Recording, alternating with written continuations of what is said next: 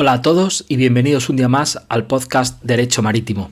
En el capítulo número 23 quiero comentaros una sentencia bastante reciente de la Corte de Apelación o la Court of Appeal inglesa sobre la interpretación del término operador y manager en el convenio de limitación de responsabilidad por reclamaciones marítimas de 1976.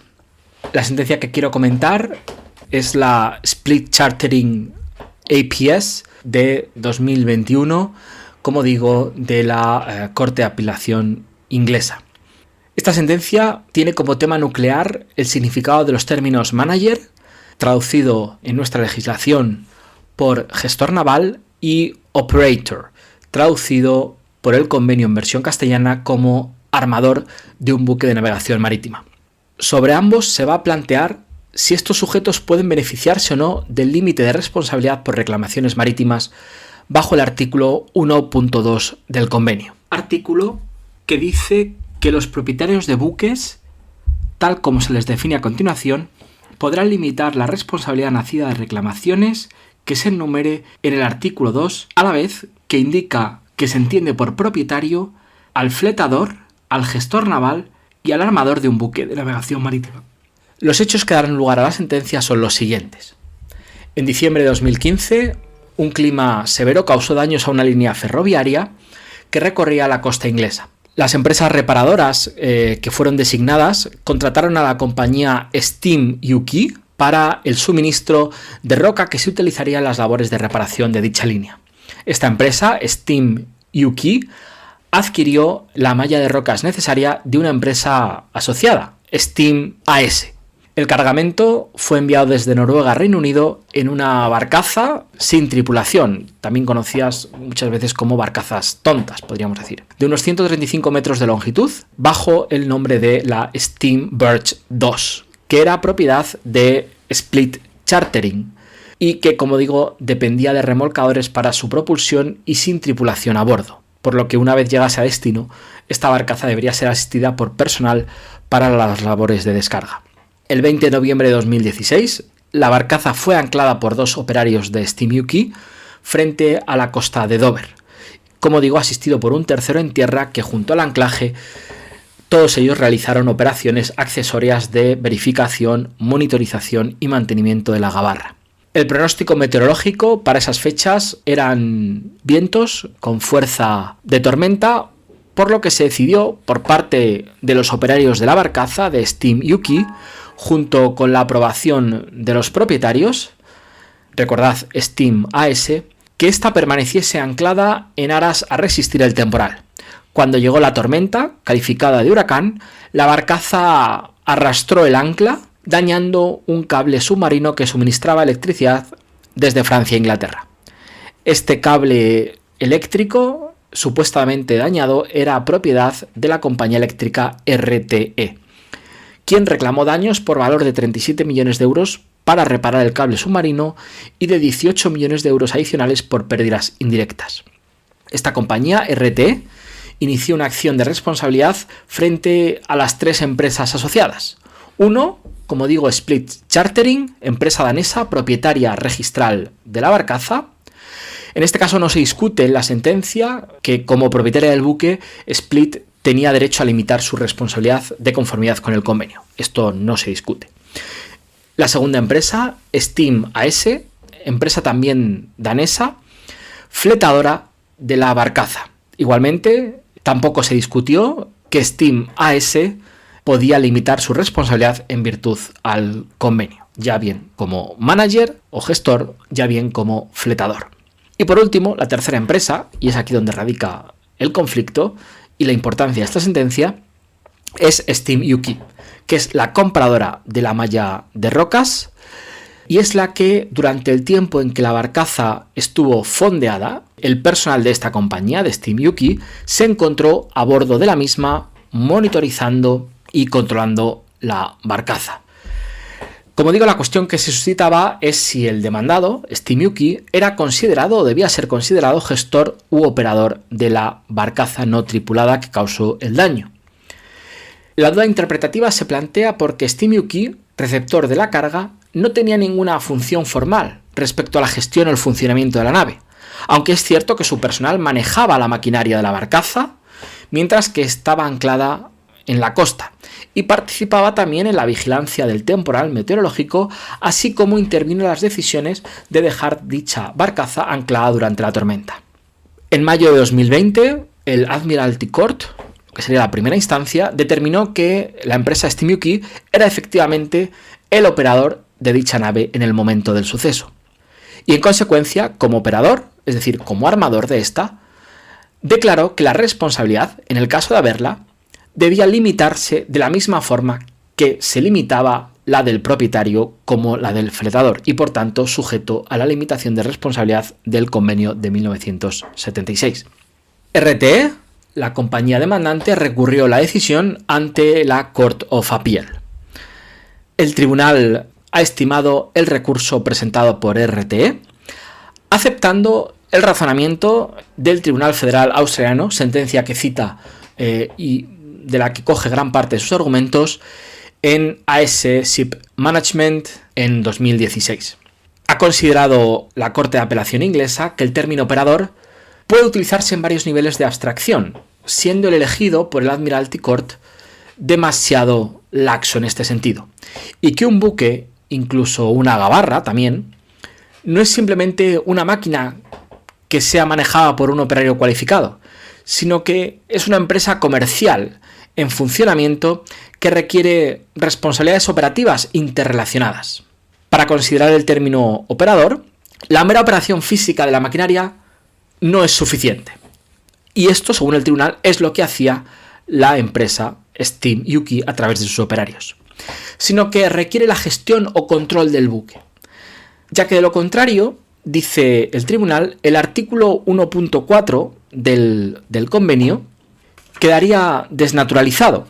El artículo 1.4 dice que si se promueve cualquier reclamación de las enunciadas en el artículo 2 contra cualquiera de las personas cuyas acciones, omisiones o negligencias sean responsables el propietario, incluyendo en el término propietario lo que ya hemos enunciado, el fletador, el gestor naval y el armador, esa persona podrá invocar el derecho de limitación de la responsabilidad estipulada en el presente convenio. Es decir, de alguna manera el artículo 1.4 del convenio de limitación establece una especie de sujetos que pueden beneficiarse del derecho a limitar la responsabilidad.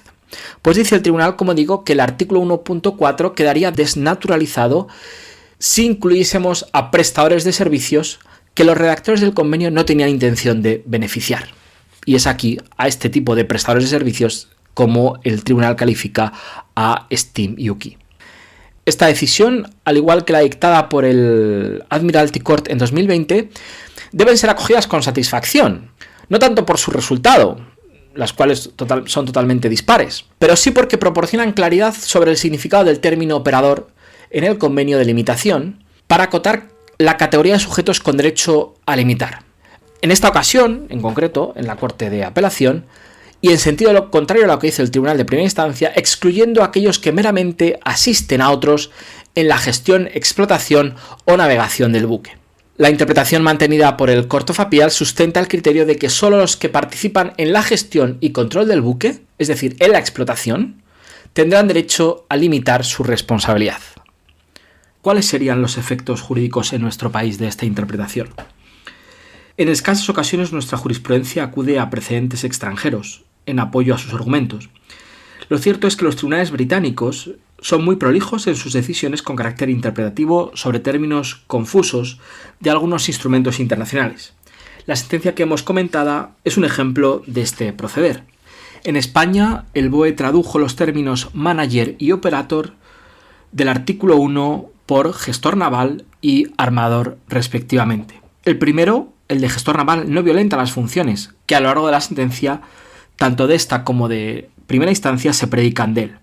Más problemas ocasiona quizás el segundo de los términos, el de armador, dado que este no tiene una traducción pacífica. Nuestra legislación, tanto de carácter pública como privada, ha dividido los términos de armador y naviero, calificando al primero, siendo no propietario, como el que ostenta la posesión de un buque dedicándolo a la navegación en su propio nombre y bajo su responsabilidad, mientras que el segundo se dedicaba a la explotación del buque, aun cuando ello no constituya su actividad principal bajo cualquier modalidad admitida por los usos internacionales.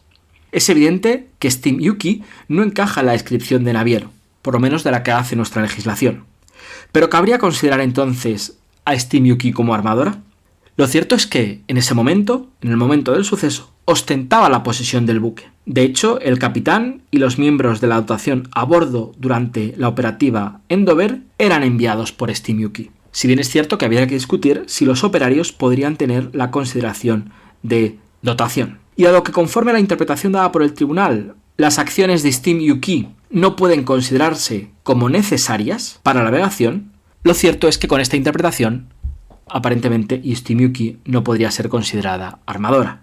Es cierto, sin embargo, que como dijo el tribunal de primera instancia, las limitadas acciones de Steam Yuki sí deben ser consideradas operaciones necesarias para su navegación, por limitadas que fuesen, en este caso, limitadas única y exclusivamente al puerto de Dover. Además, es evidente que Steam Yuki puede ser considerada responsable, debido a las decisiones tomadas por los operarios que allí se encontraban, y que efectivamente causaron daños sobre el cable propiedad de RT. Todo ello no puede más que conducirnos a afirmar que sería posible que Steam Yuki pudiese ser considerada armador bajo derecho español. Ella tenía la posesión de la barcaza, esta barcaza estaba dedicada a la navegación marítima, pese a que estuviese en ese momento fondeada en puerto, y lo hacía bajo su responsabilidad. Lo anterior, sin embargo, no quita para afirmar que la extensión del ámbito subjetivo de aplicación que recoge, como hemos dicho, el artículo 1.4, faculta a aquellos sujetos de cuyas acciones, omisiones o negligencias sea responsable alguno de los sujetos del artículo 1.2, hacer valer por sí misma la limitación de responsabilidad prevista en el convenio. Extensión que se produce en el entendimiento de que no existen motivos para tratar de manera más severa a las personas que resultan directamente responsables de los daños que las que han de responder por vía indirecta. Este segundo grado de responsabilidad permite evitar el recurso frecuente de los perjudicados de demandar a los dependientes del deudor para esquivar así la aplicación de los límites de responsabilidad. Es quizá este subterfugio el que incluso en aquellas jurisdicciones en las que los términos impidiesen a Steam Yuki beneficiarse, tal y como hace ahora el Court of Appeal inglés, beneficiarse de estos límites de responsabilidad en los mismos parámetros que lo han sido el propietario o el fletador. Como decimos, subterfugio que ni siquiera en el artículo 1.4 el tribunal ha tenido en consideración. No sabemos si esta sentencia llegará al Tribunal Supremo inglés. Lo que está claro es que nos encontramos ante una sentencia, al igual que ya lo era la de 2020 de primera instancia, que se enfrentan, diría que prácticamente por primera vez en el Reino Unido, a la interpretación de los términos operador o armador y gestor naval. Por lo tanto, como decimos, deben ser acogidas con satisfacción. Concluimos aquí este comentario a esta sentencia reciente del Court of Appeal inglés, reciente y a la vez yo diría que bastante importante, porque nos puede dar algunas claves sobre el derecho de limitación de buques no tripulados, con lo que eso puede suponer a efectos de la posibilidad de aplicar este tipo de limitaciones de responsabilidad cuando los buques autónomos empiecen a operar. Espero que os haya parecido interesante. En las notas del programa os dejo el enlace a dicha sentencia para que podáis consultarlo en cualquier momento. Daros las gracias por vuestra escucha y recordaros que nos vemos en el siguiente podcast.